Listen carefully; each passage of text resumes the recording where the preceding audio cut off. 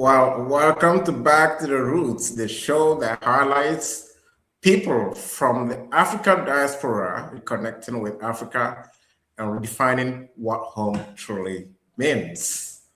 Today's guest challenges a powerful assumption, an assumption that success in America means there's no reason to return to Africa. Dr. Anthony Witherspoon, also known as Nana Kofi Asasia, is an international businessman, professor, and public policy strategy consultant. He served two successful terms as mayor of the city of Magnolia, Mississippi, that's in the United States. He's the founder and CEO of Witherspoon Enterprises and a certified citizen of the Republic of Benin. So the question is very simple. What people might be wondering is why would someone who made it, who was successful in the US, choose to return to Africa? So please, let's all welcome Dr. Anthony. Dr. Anthony, welcome. Thank you so much, brother, for having me. And I watched a couple of your shows that ran previously prior to mine. And I want to say you're doing a great job highlighting diaspora as those of us make this transition and, bold move, to some a bold move. But yeah, to kind of start off answering your first question, I guess the operative word there would be success, and to me, success would be kind of an ambiguous word. It basically is defined by who's defining it, and what their perceived notion of success is. So yeah, I have had a couple of interviews with media outlets across the world, actually. Once they heard about my resignation for running a third term as mayor of my city, and that I was going to, refuse to run for a third term and to move back home to Africa. For me, it was easy because there had been, I think one of your guests, Dr. Hammond, I think one of your last guests, talked about how there had been this spirit of knowing, that something wasn't right. I had both. I had a spirit of knowing when something wasn't right later in life, but early in life, I had this spirit of African Afrocentric Afrocentricity, rather, that was kind of instilled in me at a young age. I remember long ago, my father, the late Reverend Dr. Alton Witherspoon, and my mother, Ethel, my father had a parishioner. My father was a pastor, a Southern Baptist pastor in the U.S., and he had one of his members flew to Ghana regularly. In fact, I think she lived in Ghana. Well, she did because she was an educator here in Ghana for a while. And she would bring back things from Ghana, artifacts, historical artifacts, when she would come back from Ghana and visit our family and spend, a huge amount of time with my father and my mother because they were good friends.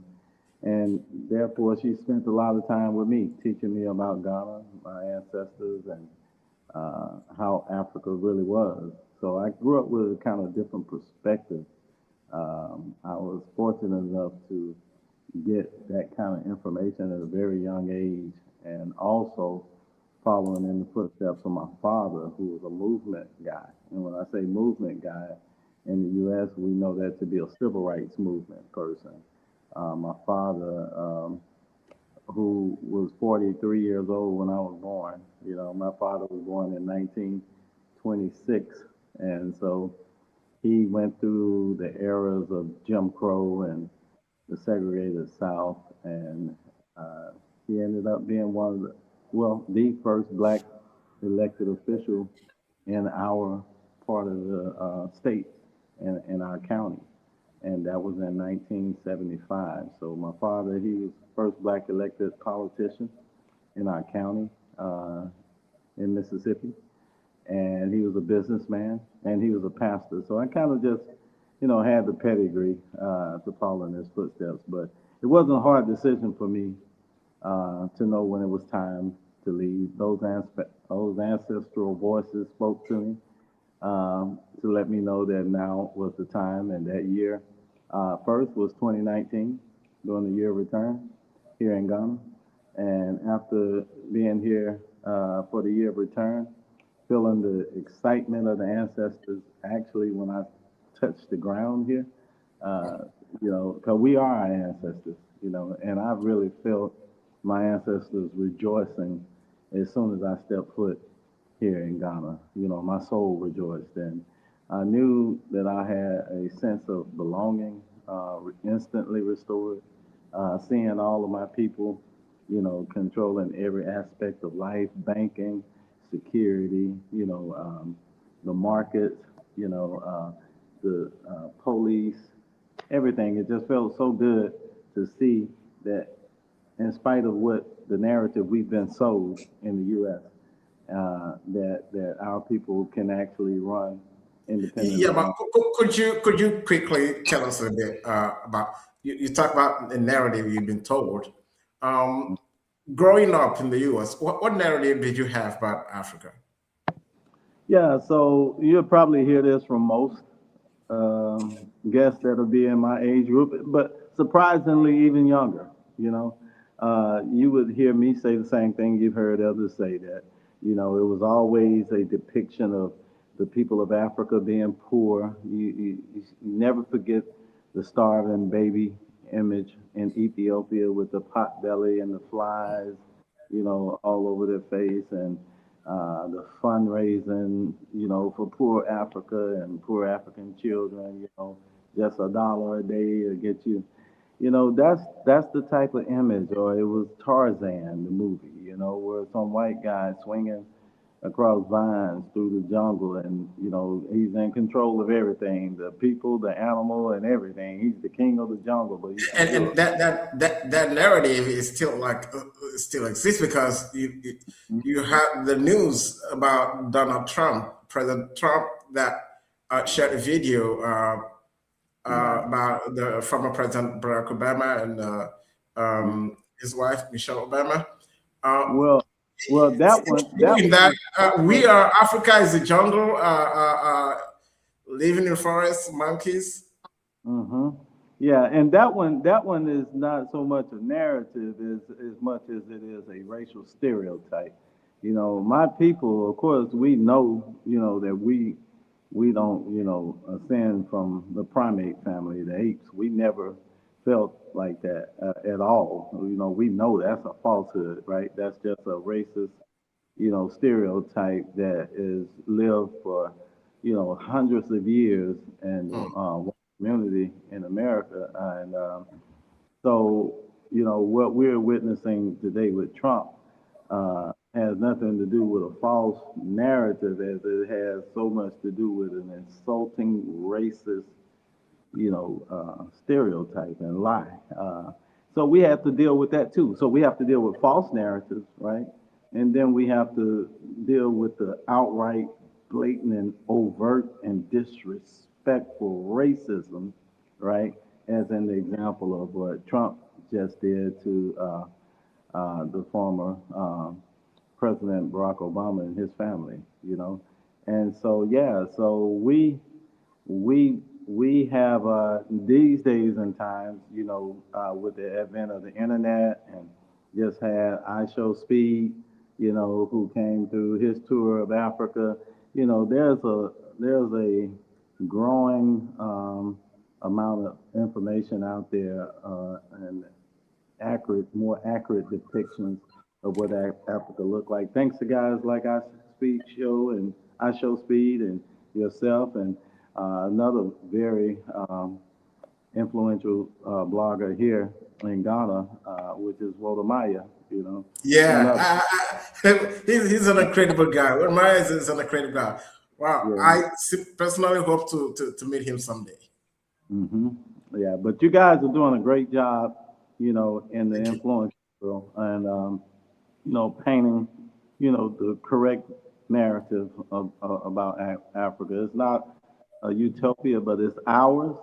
And as far as I'm concerned, it's a whole lot better than the land of our captivity. Well, we know this is really, you decided to return. You feel important positions as politician, but doesn't it feel like you left your people? When I say your people, your Mhm. community, the community that you led, and mainly the Black community. Why couldn't you stay back and fight? And you decided to come back to Africa. It feels like you abandoned them, doesn't it? Now, well, one of the things I consider myself to be is a Pan-Africanist, and and when you really look at what Pan-African means, Pan-African does not depict so much the place, but who we are. You know, we're African, whether we're here on the continent or whether I know some people call themselves African American or Black American. I considered myself, even when I was living most of my time there, I still considered myself an African in America. So, to be Pan Africanist, means that we are going to be African wherever we are. We're going to be pro African wherever we are. And we're going to fight for the respect and the independence of African people and against anything that harms African people wherever we are. So, I still am very well engaged in assisting my brothers and sisters in America from a different, position now, of course, as they continue to fight some of the struggles there in America. Those who choose to stay in America, and I pray that they will fight the injustices. And as a brother, they have my solidarity in that fight. However, what I began to realize is that we have enough people fighting, but we didn't have enough people building, brother. You know, and we didn't have enough people building on this side, of the world. And like I say, when you say you're Pan-Africanist, you got to be concerned about African people, no matter what part of the world that they're in. You have to be involved. We have to, foster and commerce, import and export amongst African people throughout the world. African people are not just on the continent of Africa. We are a diaspora community. We're in the South Americas. We're in Central America, North America. We're in the UK and all throughout Europe. So, Pan-African is about making sure that you are positioning yourself, right, to actually assist your people better than you have before. My objective every day is to wake up and be a better person than I was yesterday. And if that requires me to say, you know what, enough fighting, let me channel some of my energy and my focus on building. The alternative to fighting your enemy is building and making them hate on you, right? That's so impressive. Well, I think this is a very amazing way, very amazing way to get people. See this repatriation is a scene in Ghana. I mean, like it's called in Ghana beyond return. And Right. this you said it clearly. You returning, you coming to Africa, but it's just more than that. But I just want to hear from you, Dr. Witherspoon. Beyond returning, Mhm. is this really understood and perceived by most of African Americans trying to make the return to Africa? I wouldn't say most, but I would say that, like I say, the narrative and the understanding is growing because of, spaces like YouTube and influencers, and who come and very deliberate and intentional about, um, making sure the counter narrative gets out there about what Africa is truly like. And we join that.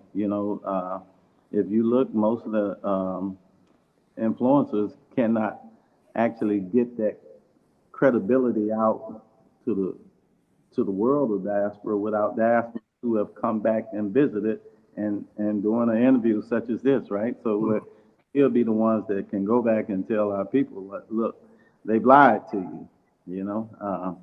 That is not the narrative. That is not the facts. These are the facts. You know, Africa is a safe place. Our brothers and sisters in Africa, is not true that they hate us and don't want us here.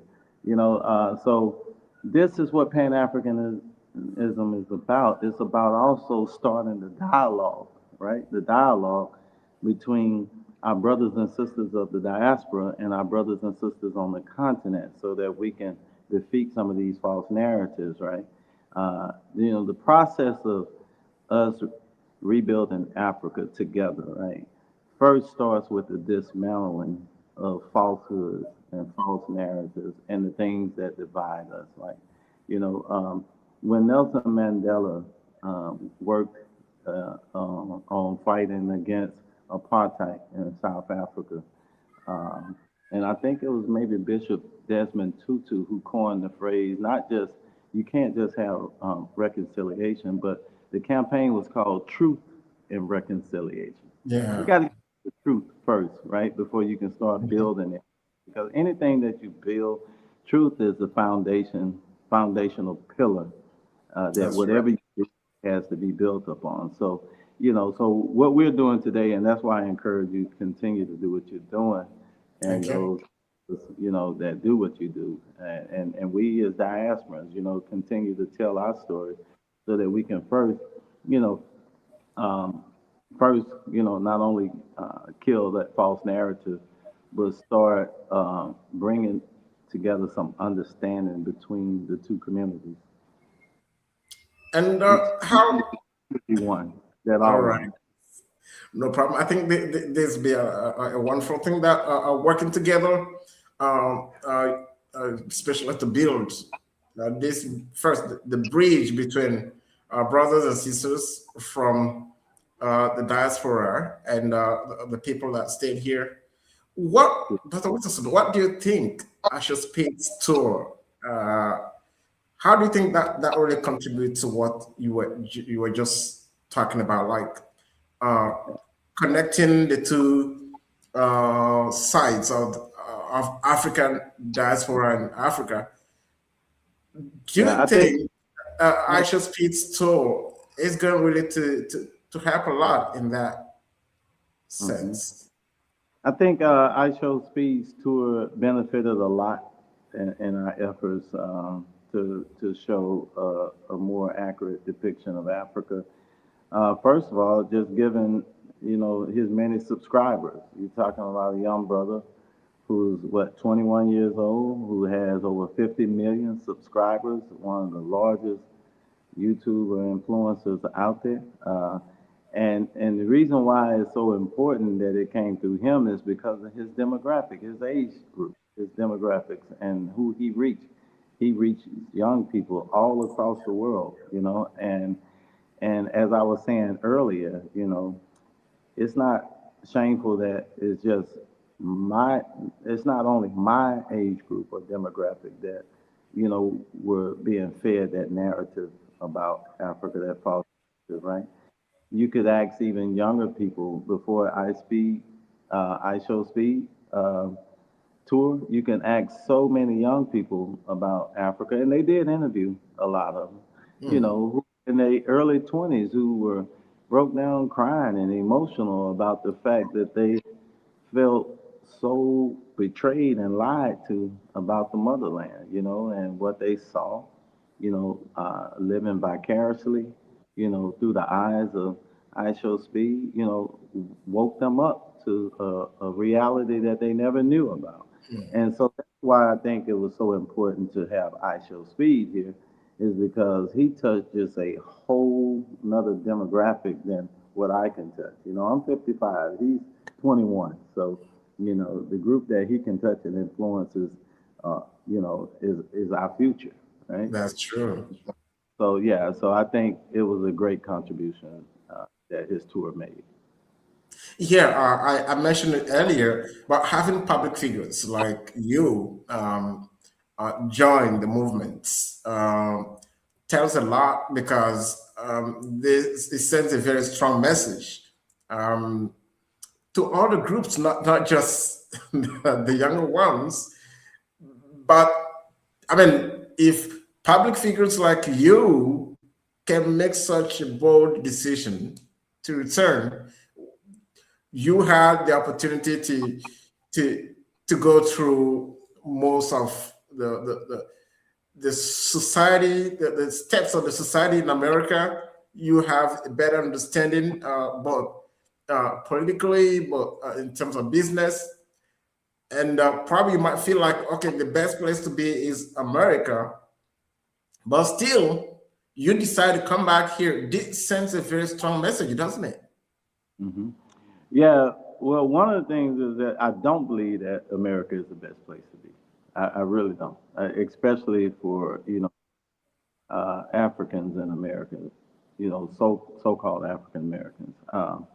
I'm one who actually believes that America, when those ships came to get us and bring us to America, they brought us there to enslave us, not to live in unity and happiness and harmony alongside us, right? And so we keep questioning why we can't achieve this, American dream, racial American dream of racial unity, when that was never the intent. You Mm, know, that was never the intent. Africans were not brought to America to coexist to be an equal in American society. So when I hear people talk about we got to fix the system, I'm like, no, the system, there's nothing wrong with the system. The system is not broken. The system is working exactly for who it was designed to work for. So, what we have to do is that we have to go home and build our own system. We should never get relaxed and forget that we are in a captive land. So when the chariot starts swinging low to come back and carry us home, when Kumbaya comes by here, yeah. to take us back home, then hell, let's go back home. What's the problem? And I know for some it's not as financially feasible to do so. But these are the things that we should be asking for when we ask for things like reparations, for the American government to right that wrong, to make sure that reparations include, a way for our people to come back home. They've granted reparations to other, racial groups and ethnic groups that they have historically wronged over the years, except for the African American, And so it's amazing now, one voice you would hear the white supremacists say, go back to Africa. And you would think that then they would make sure that we had a way to get the hell out of there if they don't want us there, right? But then you hear Mm. who would never say, let's sponsor a bill, to pay and get them out of here, and set them up over there and just be done with it, right? And it's because America was built on the backs of enslaved Africans. America's wealth is still sustained on the backs of enslaved, and so But there's a Dr. Whitterson, sorry to interrupt.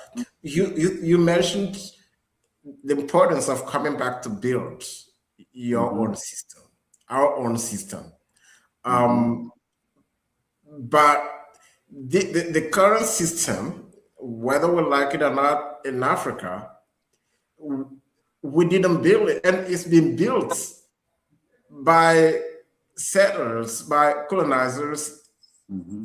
and it's been built to work for whoever it will work for. But how do you expect to come if you couldn't really change the system in the US? How do you expect to make that change here in Mm-hmm. Africa if the system still belongs to whom it Well, belongs to? first of all, the system in America entraps black people into second-class citizenship. So one of the things I do hold a degree of master's in public administration, which is government, basically, right? And so one of the basic tenets of democracy is what? Majority rule, you know? That's one of the most important tenets of democracy is that the majority rules. So if you only make up 14% of that population, then you basically, and you decide to just stay there instead of choosing to go back home, then you've locked yourself into a second-class citizenship. You will never be able to change, especially given the racial division of the United States.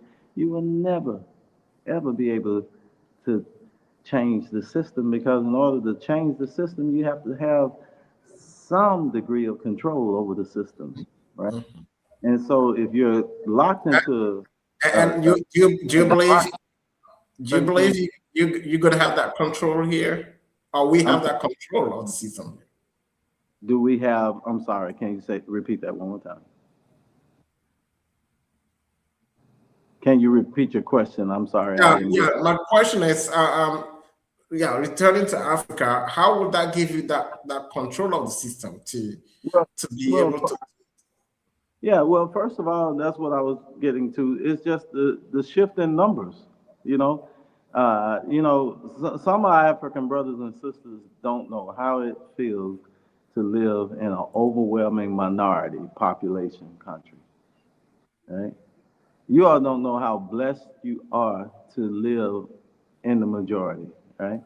So for starters, is because we control the system, and that's what I'm saying. You can't eh, possibly expect African diasporans who are locked into democracy in the United States to make any real significant changes when they only a minority locked into a democratic process where majority rules. Well, here all we have to do, right, here is come together and unify, as Kwame Nkrumah said, you know. We already are the majorities. Now, what would we be unifying against? We would be unifying against corruption. What would we be unifying for? We would be unifying for the welfare of our people. Just that simple. And if policy don't line up with one or the other, then we majority go against it. The majority of us should go against corruption, and corruption would be defeated. The majority of us should go for free education for our children, and not just free education, but an African education, not a European education, not a U.S. based education, not French studies and English studies, but fun, Yoruba, Akan, you know. This is the mindset that we got to embrace, which is our own mind. That's what's so sad about it. I literally have to preach to black people, African people, that we need to embrace our own culture and our own society. You know, the difference between India and Asian countries that were also colonized, right? They Yeah. didn't allow them to take away their culture and their religious and their namesake, right? Whereas in Africa, it happened, you know. And we were not just colonized, but we were forced into becoming Christians and Muslims. We carry European names. You know, name a place in Europe or in the United States where you got Kwame Nkrumah Boulevard, right? Or where you have, white people with the last name, you know, uh, Diallo, or the first name Diallo, right? You don't see it happen, right? No. And so there's a mindset shift that has to occur, right? And so that starts with these types of dialogue, and that's why I say, you know, Bishop Desmond Tutu in South Africa talked about truth and reconciliation. Before you can, and when we talk about reconciliation too, I look at it the same way as I look at the integration in the 1960s in the U.S. with black and white. I say, first of all, the black and black community needs to integrate amongst each other. So I say the same thing here. When we will talk about truth and reconciliation, we got to first reconcile amongst each other. You know, the Honorable Elijah Muhammad said that in order for us to, before we invite guests into our house, we must clean up our own house first. That's true. That's true. Yeah, you mentioned the culture and everything. Dr. Witherspoon, you are now bearing an African name. Um, Hmm. and I just, before the show, I went quickly to YouTube and I saw the immersion process you went through in one of those videos, over an hour video. And they were explaining to you the meaning of your name and the entire thing. Please, could you tell us a little bit about that immersion moment you had with your people in Ghana?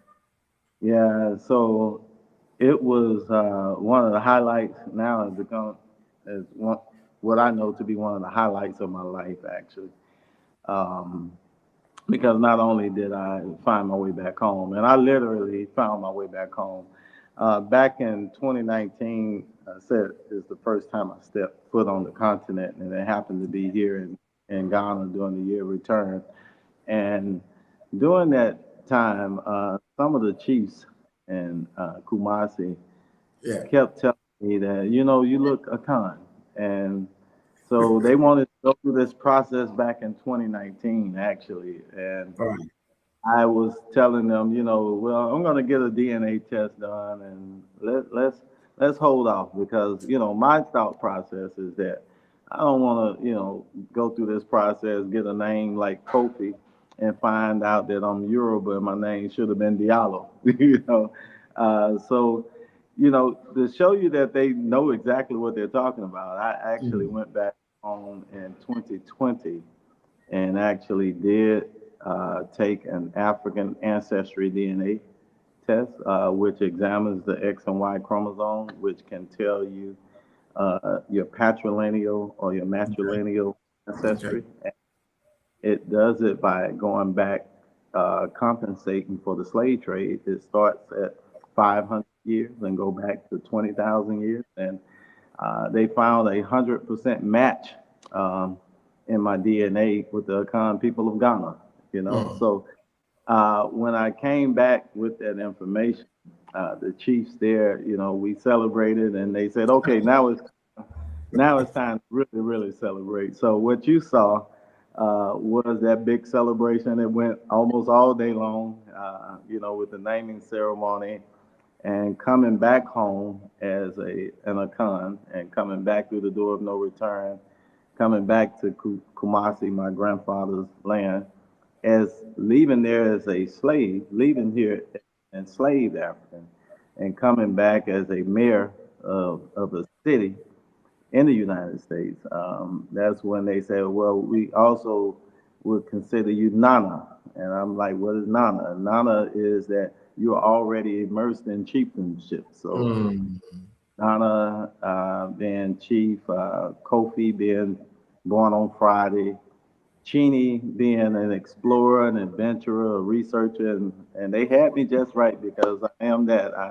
I love to travel and explore and research, even have a PhD. I am a researcher, right? Right. And Asasia, the last name, is a Ghanaian name, special to the family that I was taken into, the Adriana clan, and in a portion of the Ashanti kingdom called Bunre. And Bunre is the Kente weaving town where Kente was founded. And Asasia, which is my surname, is the triple weave Kente cloth that the king wears. And Mm. so it means, the most valuable. And so, yeah, so that was grand. I'm glad you was able to find it. It was a grand moment. We actually went live, I think, and I think that video has about 110,000 views. And it went viral. Yeah, it Oh really did. man. Right. So I believe you're still in the immersion process, but also I know your journey. You've been here for quite a while. Yeah. Um, at what percentage can you estimate that? Okay, you belong here now, Hmm. culturally Yeah, speaking, and everything. yeah. So I'm a dual citizen, but right now you're right. The immersion requires me to spend most of my time here. And what I'm trying to do. You asked me earlier, did I feel like I had, abandoned my people? And I'm like, Mm, no. I'm telling mm, I was home about a month ago, and I'm home every other month, back in the U.S. with my family and my businesses. But like I said, I'm spending more and more time since 2019 on this side of the world. I would say right now I probably spend 75% of my time out mm. of the here on the continent. And All that's right. because, it is time to really get serious about laying the foundation and the groundwork, for the work that I've been called to do, which is, to build our own community, to help my people who want to repatriate, to be able to do so, and have a place to come to. There are brothers and sisters over here who have acquired, acreages of land, and and they're not just building for themselves, but they're thinking about our brothers and sisters, in the U.S. and throughout the diaspora who may want to come. So I have embarked on similar projects, um, and I will be coming to Benin, God willing, in the morning on my way to start looking at some land. So maybe I'll reach out to you and Well, see. personally, I would love to meet you before you leave. But please, still, I'm curious. You've been in Ghana and got named in Ghana, and you currently. But why choosing the citizenship of Benin instead of one of Ghana? Yeah. So when I say I'm Pan African, I am Pan African. I think one of the biggest hurdles to Pan Africanism is tribalism. Coming from a brother from the diaspora, and that's why I love these type of dialogues. You all can look at us and probably advise us on some things that you see that we're doing wrong as brothers and sisters in the diaspora. And I know you can because the culture is strong here, whereas in the US, we've lost a lot of the black community, right? And when I come here, I see a lot of it. So we shouldn't be afraid to advise each other, and encourage each other, and also maybe point out some things that we can be doing better. So when I look at one of the biggest hurdles to achieving true Pan-Africanism here, the tribal system is one of those big hurdles. You know, the tribal system as it is right now. I mean, there's nothing wrong with preserving your culture. We're not African people. We're not a monolithic society or people, right?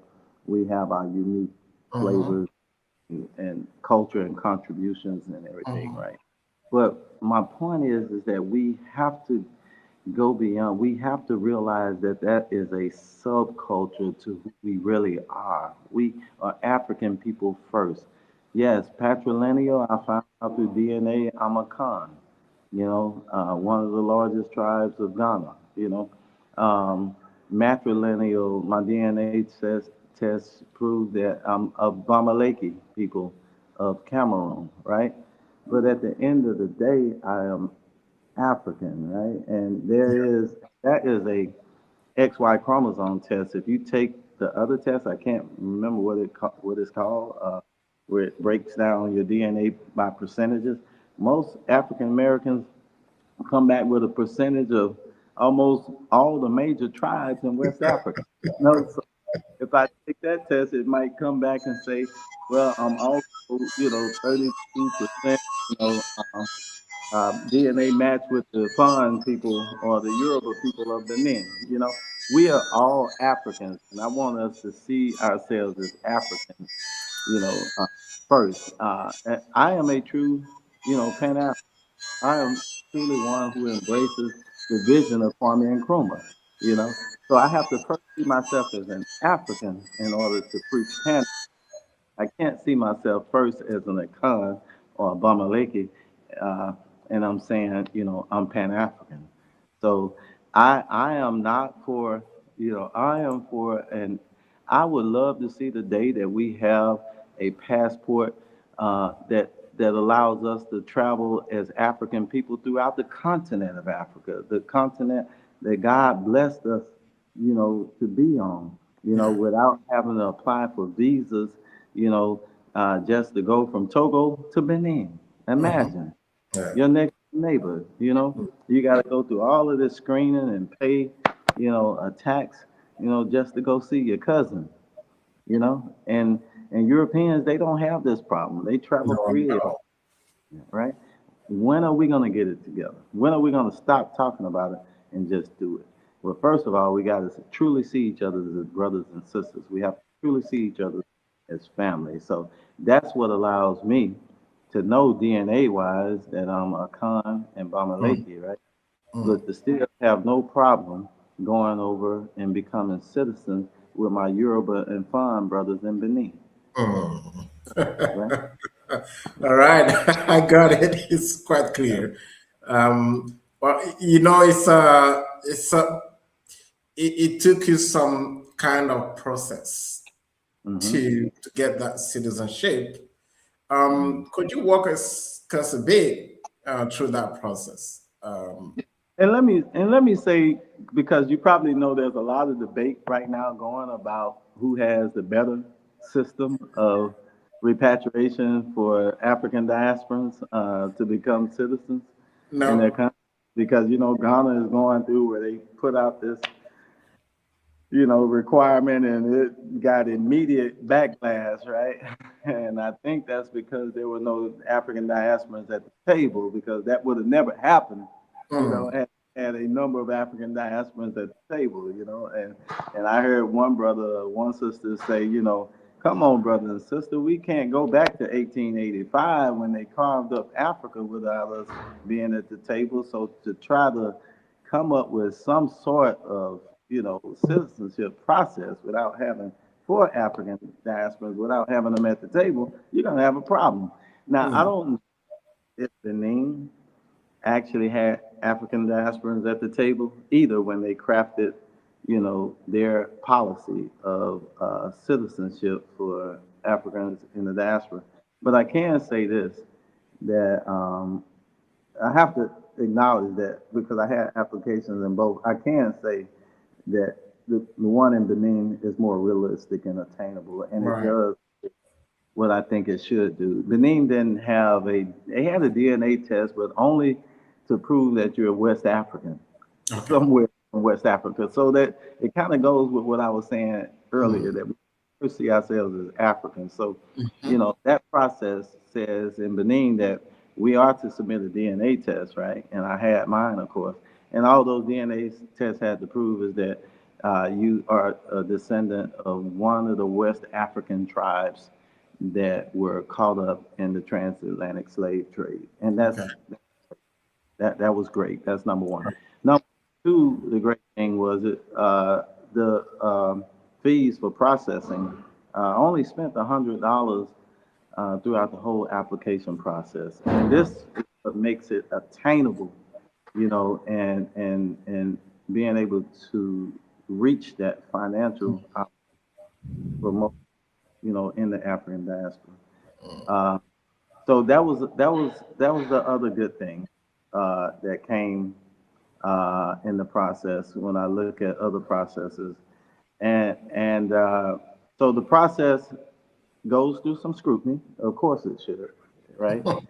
But at the end of the day, I think Benin has shown that they are really, truly dedicated to bringing brothers and sisters from diaspora back home. Right. Just a few days ago, I'll say a few weeks ago, the government just created a new agency, a new agency to help with the process. So I think this is something. It's still like, just to say what you said is true. The government is so much committed here to really making this happen. To helping the brothers and sisters who are really willing to come, not just getting you apply, but the government is creating an institution that's going to help you through the process, understanding, orientation, everything. What's your feeling about that?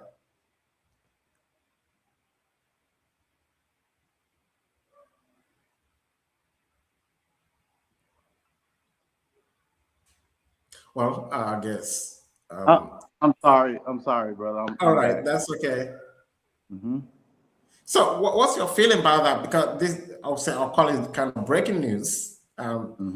The decision was made just a few days ago by the government to create this agency that will help uh, returnees in the process.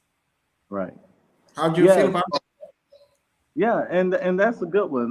They have one here in Ghana as well. But of course, I won't, like I said, speak on that because I don't know what happened, for them to have to rescind the citizenship offer exactly, where that come from. But of course, it's important in Benin too. One of the biggest reasons why I think it's even more so needed in Benin is because of the language barrier.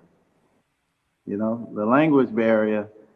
Uh, I was fortunate enough to have someone at the Ministry of Defense that was, bilingual, and that was, in fact, she was not just bilingual. She was a Hmm. very, very intelligent sister. I think she even spoke Mandarin and Fon and French, Wow. and so she was able to help me through. And of course, I'm amongst, you know, some of the first 50 people to get citizenship. So we know that the process is going to go undergo some tweaking. We kind of served as some guinea pigs, as for lack of a better word, uh, early on in the process. But I think creating such an agency to assist the diasporans is going to help tremendously, and they will not have to deal with some of the hurdles or some of the trial Mhm. and Mhm.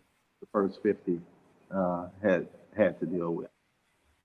Yeah, well, in terms of culturally speaking, how is your immersion going? I know you got the naming and everything, but how do you cope with feeding language? You mentioned that earlier. Mhm. Which of the African language are you able to speak so far? Yeah, so I spent my first 2 years because of COVID. After 2019, when I decided to come back and live in 2020, Ghana, the borders were closed due to COVID, so I had to go to Tanzania. Tanzania was the only country with open borders at that time during COVID. So of course, in Tanzania, is English is not the official language. Swahili is the official language, Yeah. and you have very, few, English speakers. So Nina Ngea Kiswahili Kidogo. So I had to learn how to speak Swahili a little, and I did that by making sure I immersed myself. I was very intentional about that. I immersed myself into the local communities, not the expat communities. I do that wherever I am, even here in Ghana. So Mecca Tree Kakra, yeah, I speak a little tree. I had to get around Ghana as well. Even though Ghana, is an English officially an English speaking country, and most citizens here are dual, speakers of English and then their native tongue. But yeah, that is an example of part of my immersion is language and culture, and it has been an experience, and it has been one that has benefited me greatly in my personal life. Well, and now I feel you. I guess you feel more comfortable with the food in Ghana. Uh, what are some of those tasty foods you love so But much? I have a challenge there too, brother, because I've been vegetarian for 30 years. And one thing I learned about West African, there aren't a whole lot of vegetarians in West Africa. So I can say that the food has been a challenge for me, but it's been great because the food that I have access to now, I don't have to look for an organic label. like I had to do in the U.S. If you have to look for an organic label on food that tells you something is not, a lot of the so-called things in the grocery store is not food. I mean, if you have to label food organic. But when I go to the market here, I know I'm getting fresh vegetables, I'm getting fresh fruit.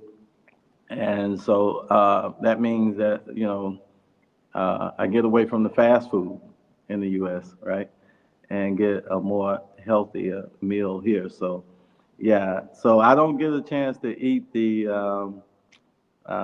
some of the soups. I can't even name some of them because they might have some of the cow skin and cow meat and everything in it. But I've been able to put together my own, seafood menu. I mean, I'm sorry, my own vegetarian menu since I've been here. Well, and how in your community, I guess, the neighborhood in which you live, yeah, how welcoming are people? My last guest was saying, Benin people are so welcoming. They want to help, Hmm. and not really expect anything from you. How do you feel about that? Well, people are people. I have to say that. I can say that the overwhelming majority, I would agree, of people that are willing to help you without looking for anything. But like I say, I won't paint a false narrative or utopia and say that that's everybody, and there's Right. nothing wrong with someone, giving you a hand. And if they, admit, hey, I need a little something. Can you help me? I need a little something to eat. I mean, that's fine. I mean, that's all over the world. I don't expect, people to just, help us do everything for free, right? But I can say that I have, my experience has been somewhat, like Dr. Hammond said, I've run into so many people that are willing to help without, looking for anything back. But then I've ran into people who were helping me, and I thought they were helping me, and I thought they were just helping me just to be helping me, and no, that wasn't the case. They were expecting something, and and most of the time, it's not a lot that they expect. Right. Right. Mhm. So, could we say that so far your immersion has been a successful one? Yes, yeah, and I'm glad you asked it in that way, because immersion uh, is also like an action word, because immersion is a noun, but immersion is also a verb, right? It's an action, and so I can say that it's a process, right? So you hear people a lot of times say trust the process. Well, I Mm-hmm. the process, and the process has been very beneficial because the process for me has been, in terms of immersion, is going back and embracing the ways and the cultures of our ancestors. And so, you still have to be very deliberate and intentional to even do that when you come to Africa. Because people will assume that when you come to Africa that you can immediately go and find a African spiritual Uh-huh. temple, traditional, priest, and it's not that simple. Most of Africa is Christian and Muslim, So when we talk about being deliberate and intentional about finding the ways of our ancestors, you really have to be deliberate and intentional because a lot of Africa looks exactly like the UK and the United States, with churches and mosques and people who wear European dress, suits and everything. So to find our culture, even here in Africa, a lot of times our ancestral culture can be challenging. All you Uh-huh. have to do, Google, look at the data on the demographics, on the religious breakdowns, and you'll see that in almost all 54 countries, the top two religions are Christianity or Islam. You know, it's not the foreign belief or the Yoruba system or the Khan system, or the Ifa system. So, you know, you have to be very, very intentional. And so that's what has made my immersion process a great one. Because one thing about it, I know in America, it would almost be impossible for me to find the ways of my ancestors. Well, thank you so much. I'm glad everything's going well so far, and definitely um, people following you from the United States will also witness that, and they will see how well everything's going. Um, you mentioned earlier you being here, you're here to stay, but you also here to build, to belong. You've come also with a package of business, if I Mm-hmm. may call it that way. Sure, sure. As a businessman, uh, well, it's a holding with different types of businesses. How would that really be implemented here, or you have no intention of running those businesses here? No, no, no. Exactly. The intent is to expand the businesses here.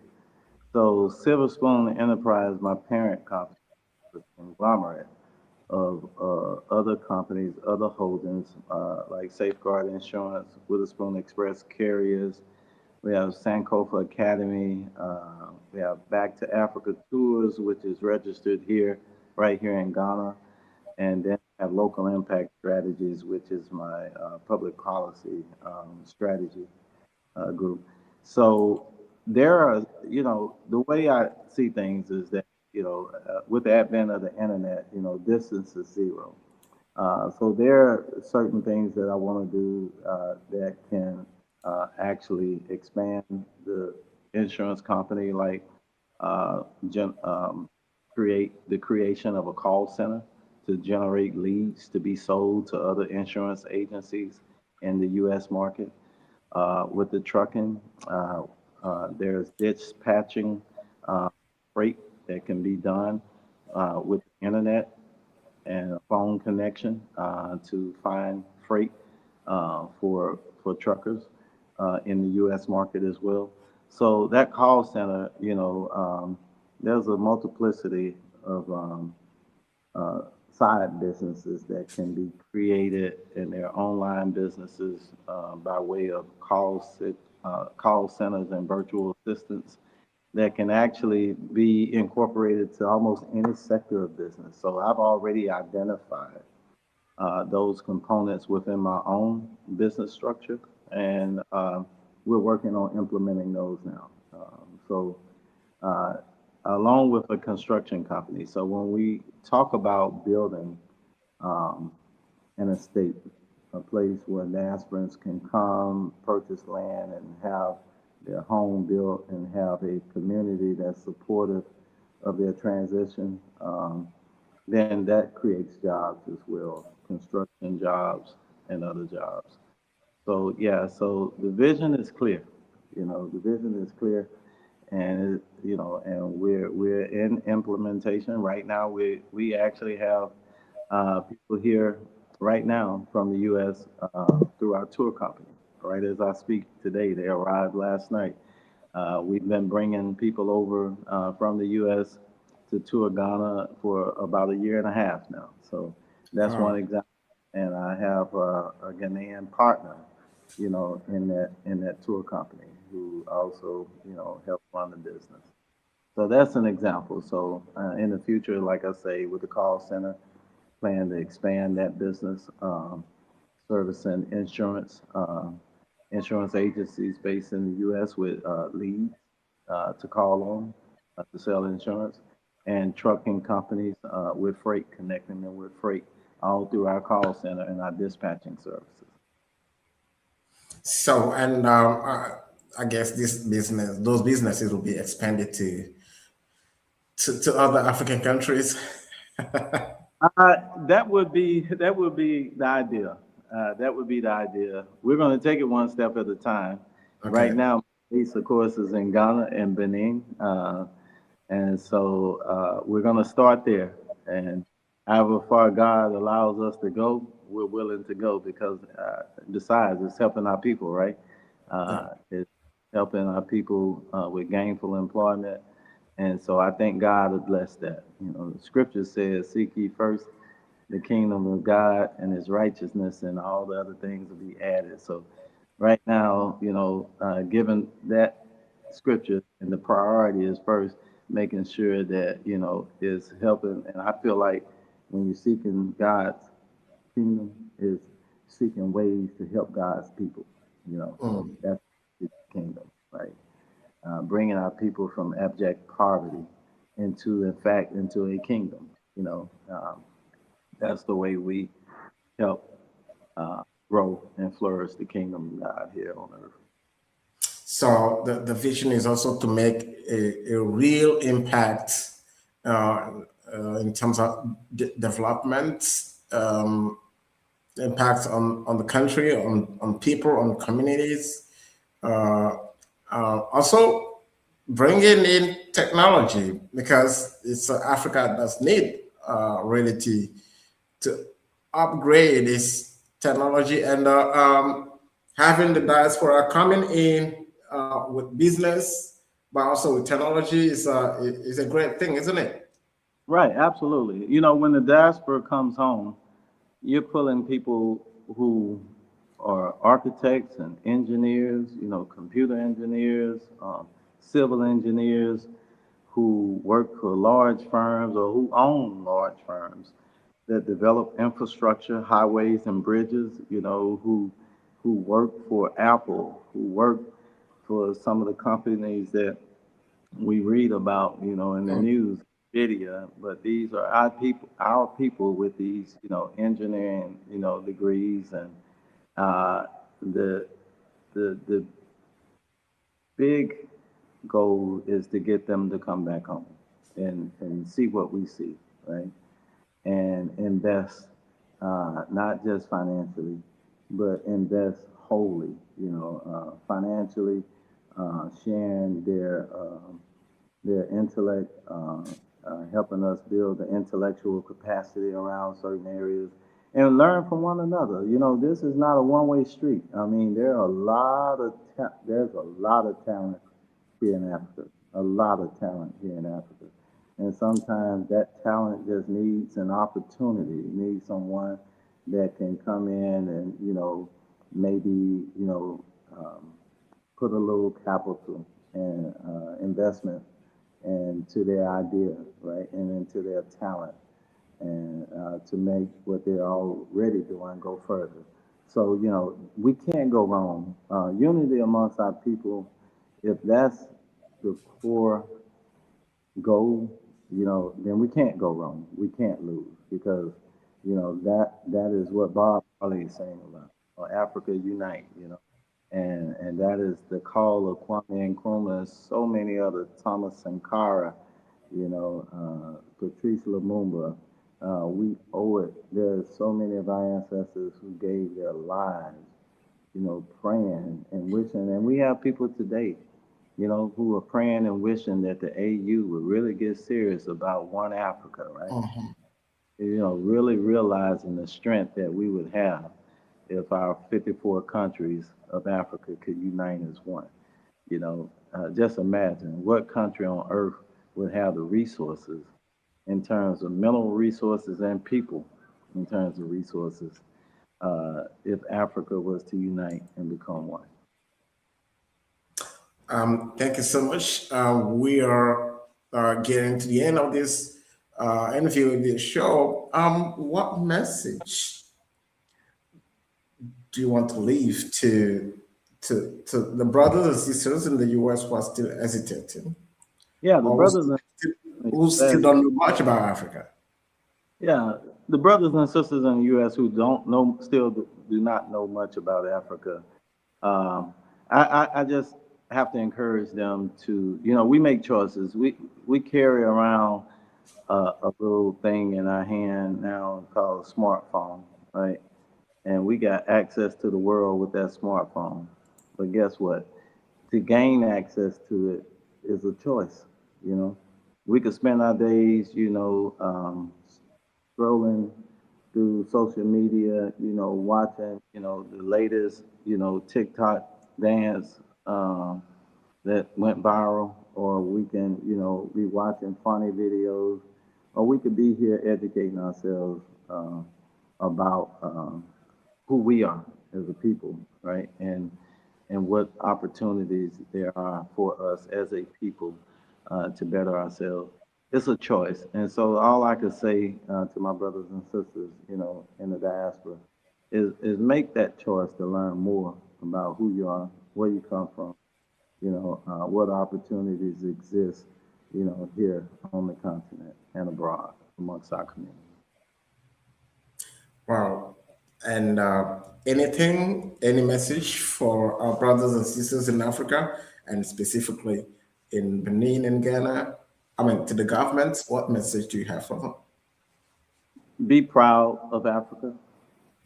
And I say that with a little pain in my heart too, because it pains me when I hear so many young people who are ready to give up on the continent and move, to Europe, or just desiring to go to the U.S. when I can be here and see the opportunities that exist here if we can just get our brothers and sisters on the continent to see those opportunities too, and to look at the glass as half full instead of half empty.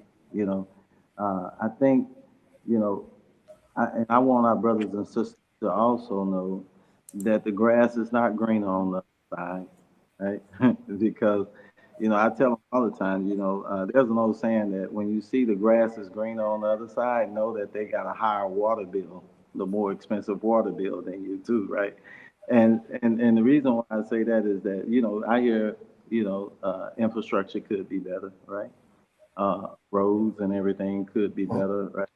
But guess what? I hear that we don't have land taxes either. In the U.S., we have those roads because we our land is taxed every year too. Yeah, that's true. And we don't pay those taxes. Guess what happened to the home that we, thought that we own? The government confiscates it. So, you know, know that there's always a pro and con to what you see. You got a lot of peace here in Africa. You're not waking up to news every day in the morning about young people being gunned down in the streets and stuff, and you're not, having to walk around fearing that at 2 or 3 o'clock in the morning, if you have to go outside, you might get mugged, by somebody, robbed or raped.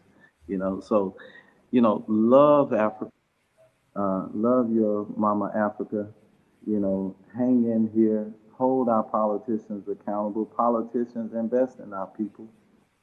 Politicians know that corruption only hurts us as a people, as a Yeah. whole, because you take from our people, you take from money that can be invested in infrastructure, everything, and let's make Africa great. Africa is great. Let's make Africa as great as it can be. Dr. Asasia, if you allow me to call you so, I Preferably, preferably, brother Kofi Asasia. all right, all right. Thank you so much for Mhm. joining the show, and most importantly, thank you for reminding us that success doesn't end the journey. That's right. Sometimes it just begins it. And we appreciate having you here today, and we hope to have you again some other time. Because there's a lot to talk about, and why not also talk about how your businesses are really going to impact, make the changes, and the changes we expect here in Africa. Thank you so much. And thank you so much, brother, for the invitation. I really enjoyed my time with you. Thank you. Thank you. Well, dear viewers, thank you so much for watching. We appreciate you being here with us. And until we meet next time, stay rooted. Bye bye, Doctor. Thank you. Bye bye. Bye.